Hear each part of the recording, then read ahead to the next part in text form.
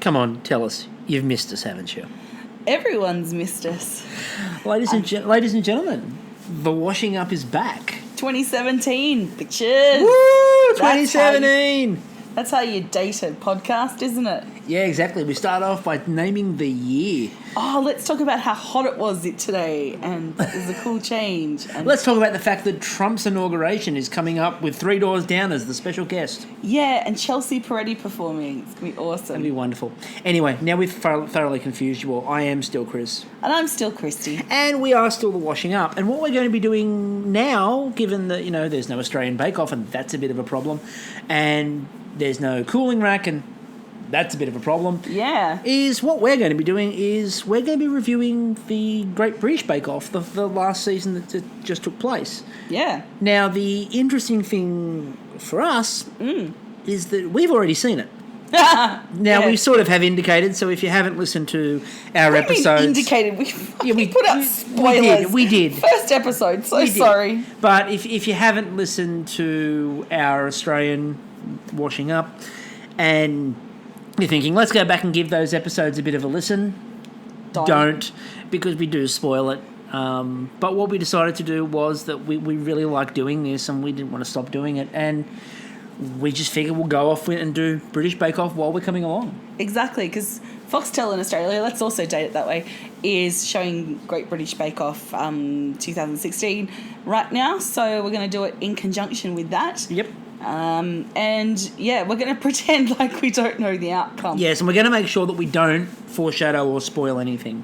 So we've set out to make sure that we don't do that. That said, that asteroid was amazing. Oh, I think it really made the semi-final pop. Yeah. Completely unexpected, out of the blue. And the fact that they were able to cook with it, the glow Oh my gosh. It was incredible. And Sue and Mel dancing around it naked. Night to remember. Oh, it was perfect. And yeah. It's probably the highest rating episode of British TV. Indeed. I mean, everyone... That and an episode of Coronation Street. Well, you can't forget also Paul Hollywood's solo on a ukulele as they're dancing. It was just magical. Yeah, and Mary Berry rapping with some crunk. Yeah. We shouldn't give too much away, though. Yeah, no more Mary Berry crunk talk.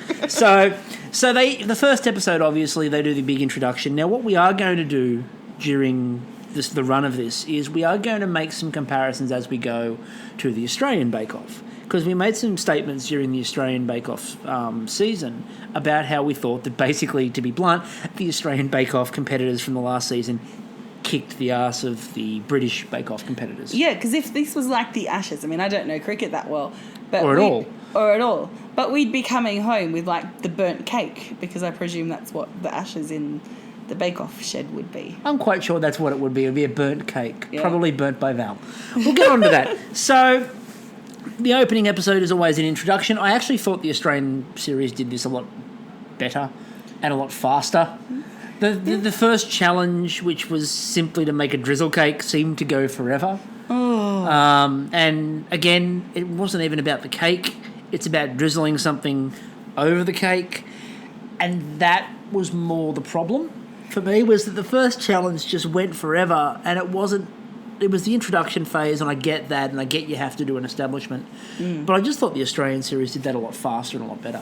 And if you notice, as the episode progresses, everything's a sponge cake or based on a sponge cake. Oh, yeah. So, you've got 3 opportunities to make a sponge with different accessories. Yeah, it's almost like, and we'll get into this a little bit later, but it's almost like the first episode was 3 technical challenges, which were not about the cake so much, although, as you saw with the showstopper, a few people managed to botch it. Yeah. But it was more about the drizzle in the first one, the Jaffa cake, the technical constructing the Jaffa cake, and in the third challenge, it was more about that Mira Glaze and getting that Mira Glaze perfect. Yeah. So I think that was the interesting point.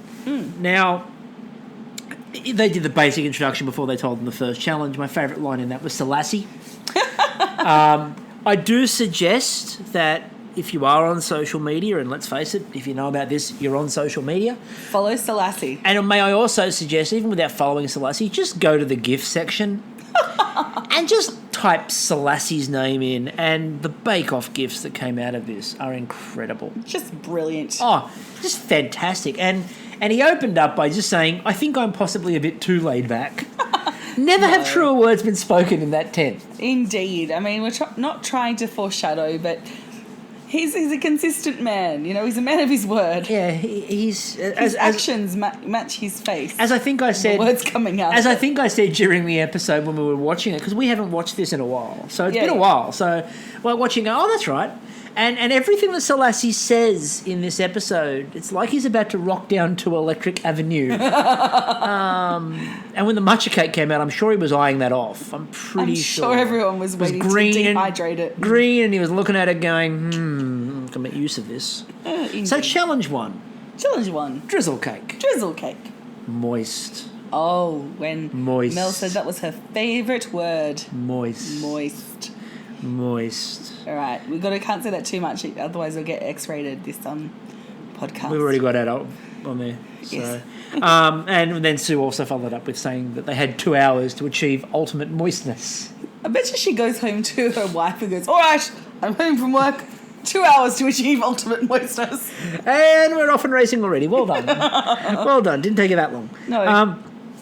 Now, I found it interesting that the first person they decided to really go and talk to when they went around the tent was Val. Now, you'll come to understand my absolute fascination with Val. She's the delight. I did make mention in the Australian series that I thought that Val and Noel need their own baking show. Yes. And as we found out in this first episode, Val, much like Noel, listens to her bakes. Listen to your bake. It's going to be a great show. It is. When Roxette's in that theme, it'll be beautiful. It will.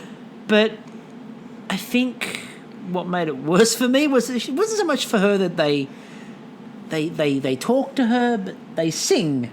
They do sing. And she did then follow up singing, going, I'm not ready. She was a headmistress. I missed that. Yeah, but probably for like an art school or something that doesn't really need a headmistress. The first time we watched this, I missed it. Now, I've maintained, now people who listen to the Australian series will know, my theory on Val. She just wandered into that tent. She just walked in. She wasn't actually a competitor. There's some poor woman or guy standing out in the field going, oi, producers, you sent me a letter. And they're like, but she's so lovable. No. You know what happened? A seniors tour group showed up at the house that day, and what happened is the person's doing their head count to get all the seniors back on the bus and has just ushered this random bake-off person onto the bus. They go, no, I'm not with you. They go, no, it's all right. You've got dementia. You'll remember. We'll get you back to the house. And Val was left wandering around. Hello. So what you're telling me is there's some 30-something currently locked in a nursing home in England. Yes. Still trying to convince people her name is not Val. Or alternatively, her name is Val. And it's just really awkward. Yeah. Oh, the Val theories. But that's Val, and she's beautiful. She's fascinating. She's delight to watch. She is a delight to watch. She's entertaining. She's thoroughly entertaining. I'm looking forward to her exercise video coming out. That's all Valicise. Valicise. Shake and bake. And then we were introduced to Andrew. Oh, Johnny Neutron. Yeah, Johnny. Yeah, Jimmy Neutron. Yes. And Jimmy Neutron, who says again to show that he's not quite typical. A lemon drizzle is the first cake I made at university. Oh, I remember when I got to university, I was all about the cake scene. It was all baking. It was all about the baking. Everyone used to get together in the quad and then go around and you smuggle into the kitchens and get a bunt tin. Make a little bunt. Yes, that was my first cake at university. Sampling, love, sampling. Oh, crazy days as a child. Oh, zany.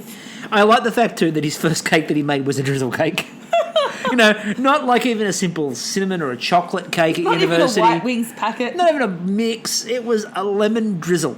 Yes. So, I mean, there's sort of different standards of university over there, I suppose. Yes, he must have gone to Oxford or something. Very Eton. Which would be appropriate for cake. Now, it took 5 minutes to get the first Hollywood look. Uh-huh. Poor Louise.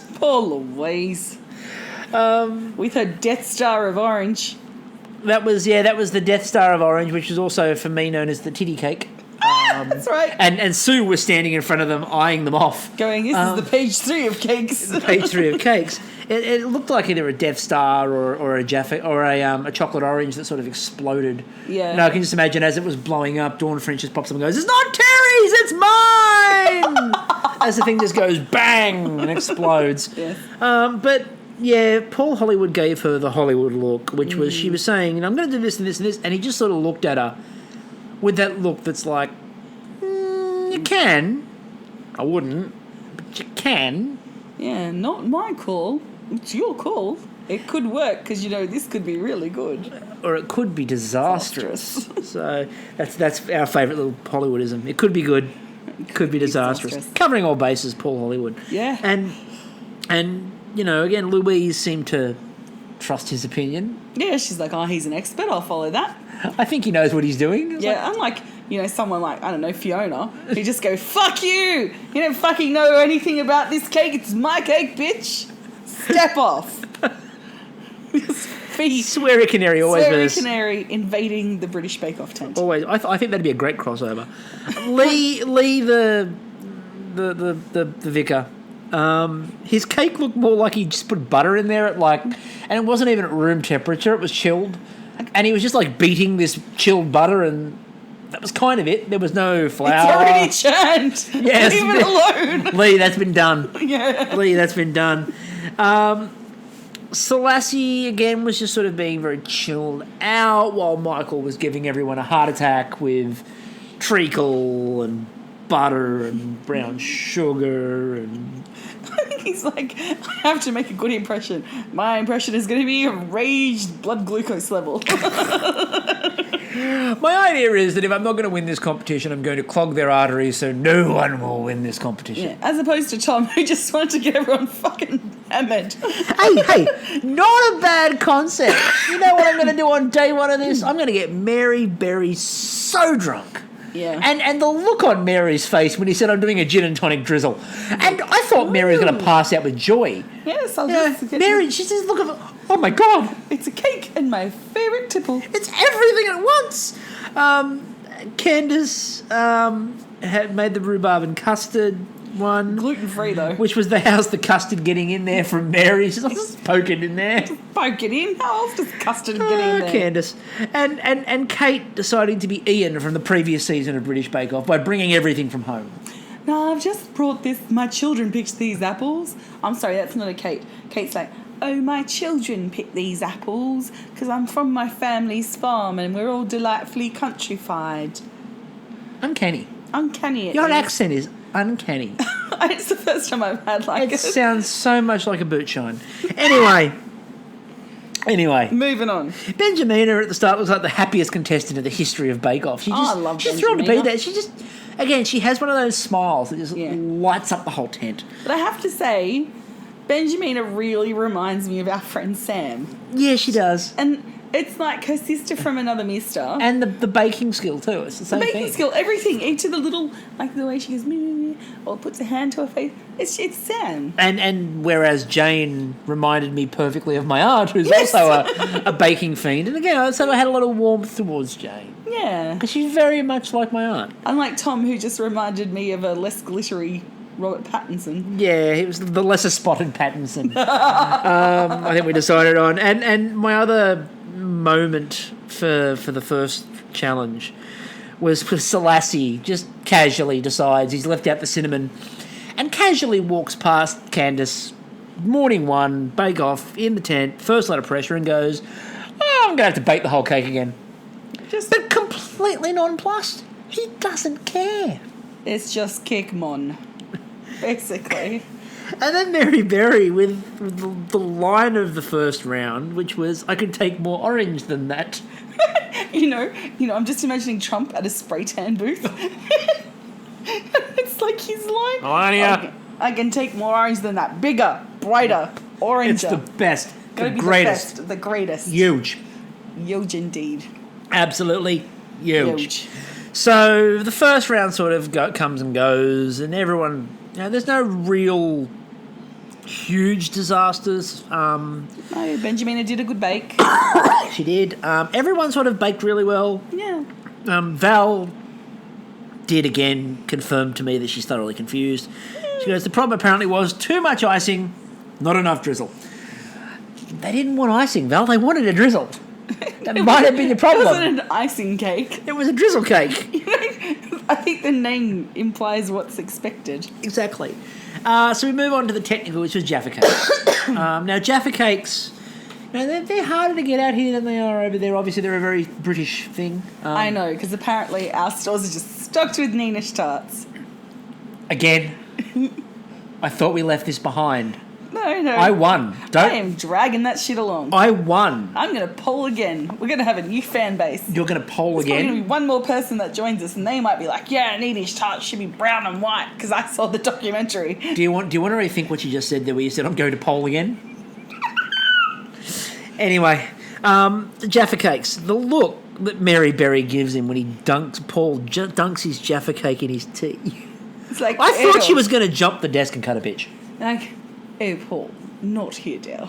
We don't do that down south. I knew.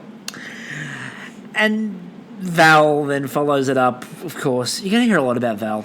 You're going to hear, just get used to it. You're going to hear a lot about Val. Where Val uses the words, I'm having one of those epiphanies. But she said that to her husband quite a lot. But that was just about what way to have the jaffa cake. And again, not British. But I know what a jaffa cake looks like. It's not that hard. No, I really was bemused why people were like going, now should it be this way or should it be that way? It's like, it doesn't look like a little volcano. And I don't know what Jane was doing by doing one the wrong way and the rest of them the other way. Because she did one and then she's gone, oh, damn, I think I've got to flip them around. Well, and so she did. Yes, but it's chocolate and a piece of, like, orange, which she could have just gone flick and taken off it and put it the other way up. She actually could have done that. I don't know why she didn't. I don't know. You call your aunt and find out what her... I'll find out what her way would have been to do it. And the other great one was when they said, oh, you're following the recipe precisely to everyone, and Candace goes, oh, well...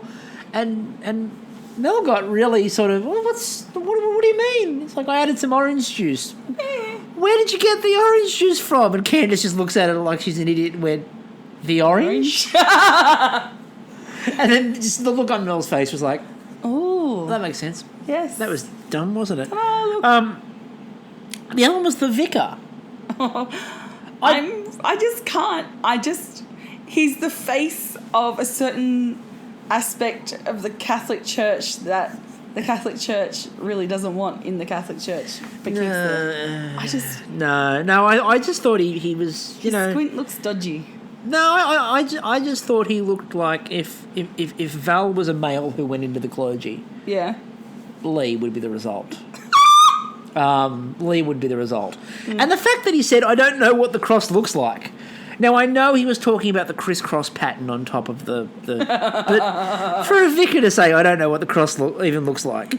That's highly amusing. That was great. Isolated. The editors did a beautiful job of isolating that. Candace, Tom and Selassie and Kate all blitzed the technical and did a really good job of it. For Tom, I'm going with the fact that it was the booze he put in the first challenge. Yeah. Just helped with the second challenge. Which brings us on to the showstopper.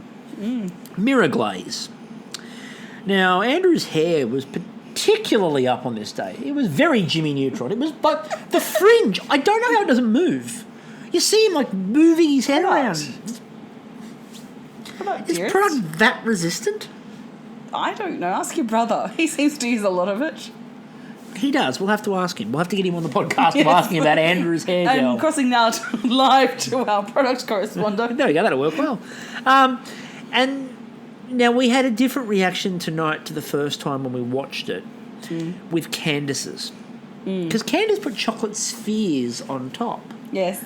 Now, flashbacks. When we first watched this episode, yes, it was just after the end of MasterChef Australia.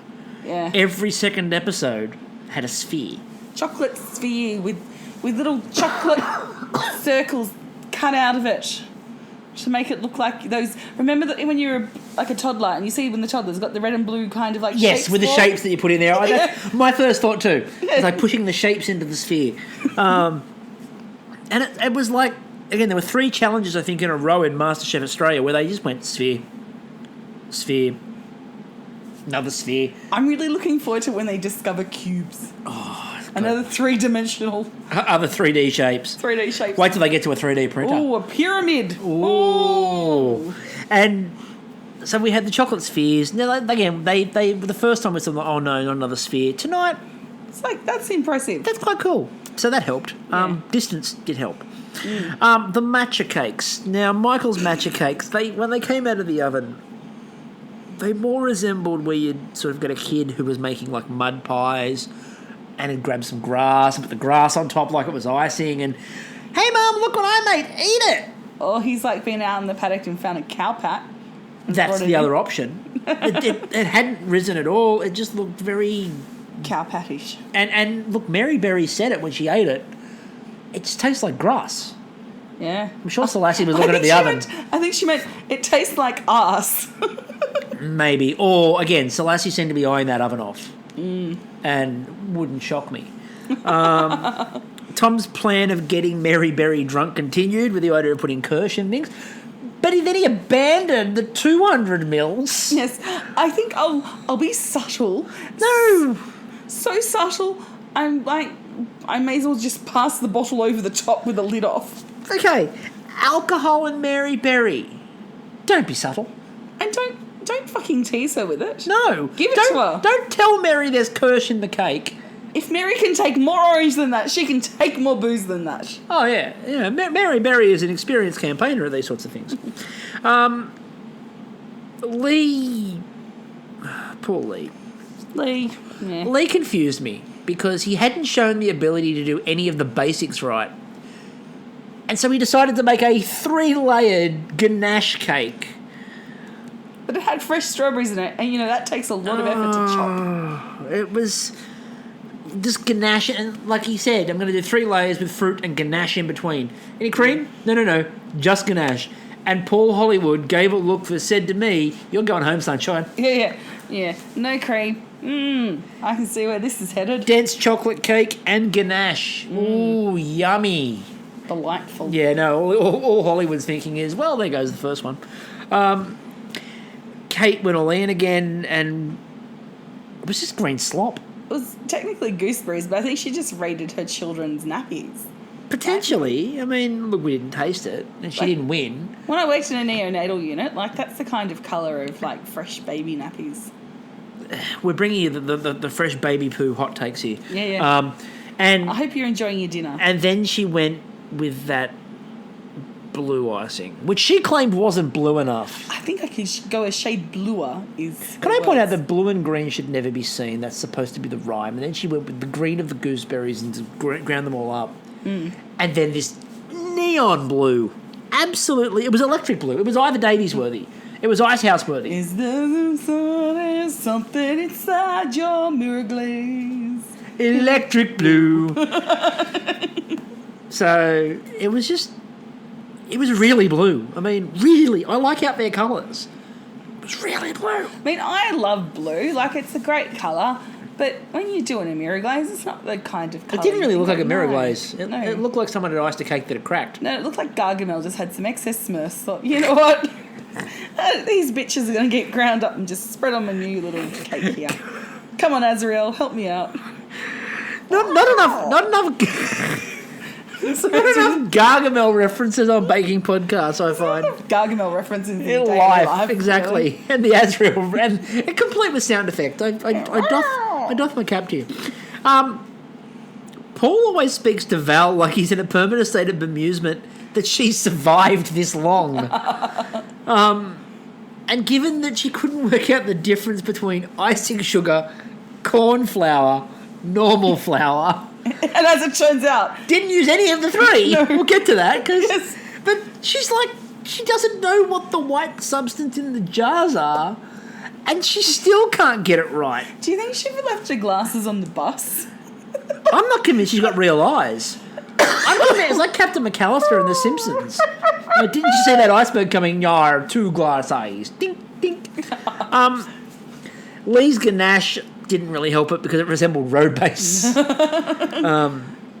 Benja Manor had a bit of a down moment, but Sue gave her one of those "For England" sort of it was so speeches, cute. which we love. And then Benja Manor made one of the best. Like Oh, it was Jane's was outstanding. amazing, but yeah, Benja Manor's, I just wanted to face plant in it. It looked gorgeous. And Selassie celebrated the end of the showstopper by flirting with every woman in the tent. Yes. That's just Selassie. You know, I actually forgotten that he won a technical, and I'm really glad he did. Yeah, no, he did. He did a really good job on that first technical.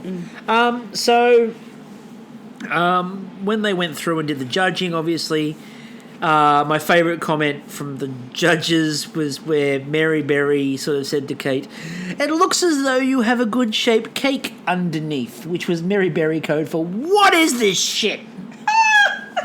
Like a good cake underneath. Who knew? Underneath this, like, as front to main eyesight. I'm sure he has some good qualities, is what you say about somebody who's just an asshole. Yes. You know, it's the same sort of principle. And it seemed after all that not being able to work out what those three substances were, that Val used caster sugar. Yes. I couldn't differentiate between the four. I'm surprised she brought out cake. What were you expecting? Just like, you know when you were a kid and like the science teacher would do the corn flour mix that you punch and it's like you have a hard. goop, So she'd like punch it and she goes, "Oh yes, that's baked," and just puts it on because she just fucks it. The reason I'm laughing so hard at that is because I could imagine Val doing it. Well, she was a headmistress, so maybe that was her like. Maybe she started off as a science teacher. Oh, could you Like she imagine? listens to her bakes. Yes, listening to her bakes. We're unravelling Val here in the first episode. Lee's cake was dry, bland, plain, and Mary Berry and Paul didn't seem, disappointed. They seemed pissed off. Like, how the fuck did you get through to this show? Like, Mary Berry was looking at him and wasn't just like, it's a bit dry. It's dry, it's bland, it's boring, and you needed to do more with it. Do you think that was the moment Paul Hollywood went, that Channel 4 producer whose card is in my pocket, I might have a look at that. might give him a little message. Yeah, because, as we've sort of subtitled this, it's the farewell tour because, Bake Off won't be the same after this series because of the move in the UK to Channel 4. So it'll be interesting to see what that format is. So this is the last series that will be done in the current format. Yeah. So that's why we're calling it the farewell tour. Yes. Now, Benja Manor, as you said before, smashed the technical. She just went to the technical. The showstopper, sorry. The showstopper. Yeah. She just walked up, They're all technicals, so. took the mic, dropped it even before, Before she said anything. before she said anything, because this bitch was on fire. As opposed to Val, who would have been speaking into the wrong end of the microphone. Val, that's a hippopotamus. I know what I'm doing. I'm listening to my cake. Oh, I wasn't sure if it was a hippopotamus, caster sugar, cornflour. That's a turnstile. Anyway, Jane and Andrew also smashed that out of the park. Yep. Selassie and Candace had a lot of really good presentation. The cake wasn't quite. Poor Candace, that Genovese sponge looked Pitiful. It looked solid. Paul was right when she said about, if I could throw that one, I would have. And Paul's like, I wouldn't. It would bounce back. And it actually looked like it probably would have bounced back. She should have kept it to make some like little silicone oven mitts. Could have sold it to Clark Rubber. She could have. Underlay. Yiba. Anyway, Jane easily 1-star baker. Yeah. Lee easily went home. Which was a good sort of combination there. Now, when Lee was then doing his farewell, he was talking about the fact that he's always enjoyed baking, but in his accent, what Christy heard. I've always enjoyed bacon. But that's how he said it. He's like, in his accent, I've always enjoyed bacon. And I'm like, what's that got to do with this show?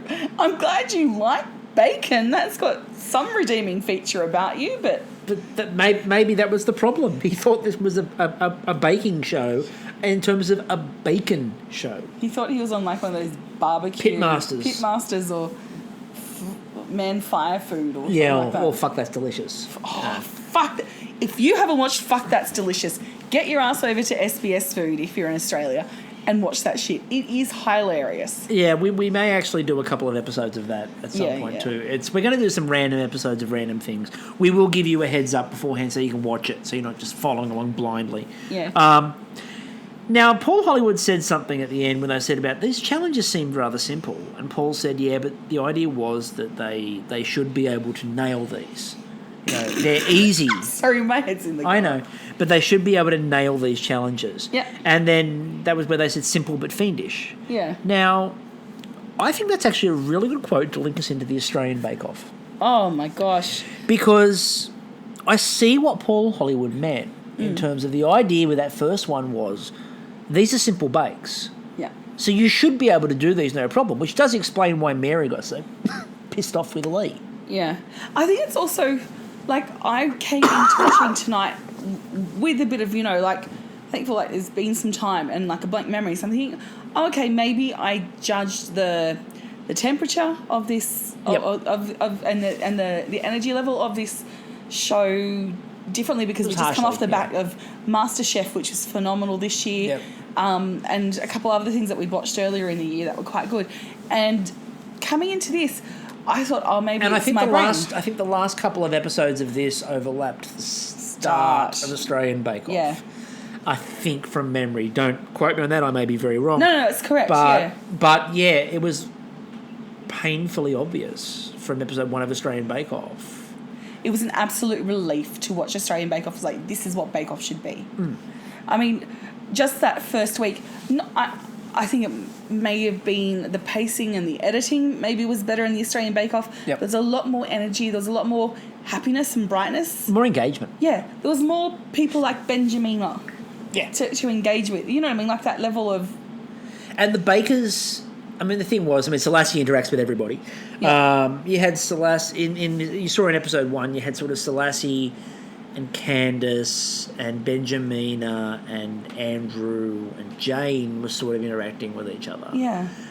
But that was kind of it. Yeah, there wasn't there wasn't an energy coming through the bakers. I mean, you have really good characters there. You've got Val with her quirkiness. You've got Candace, who's like posh Beckham, and bloody Marjorie Terrell's like love child that's come out with like, the MAC lipstick range.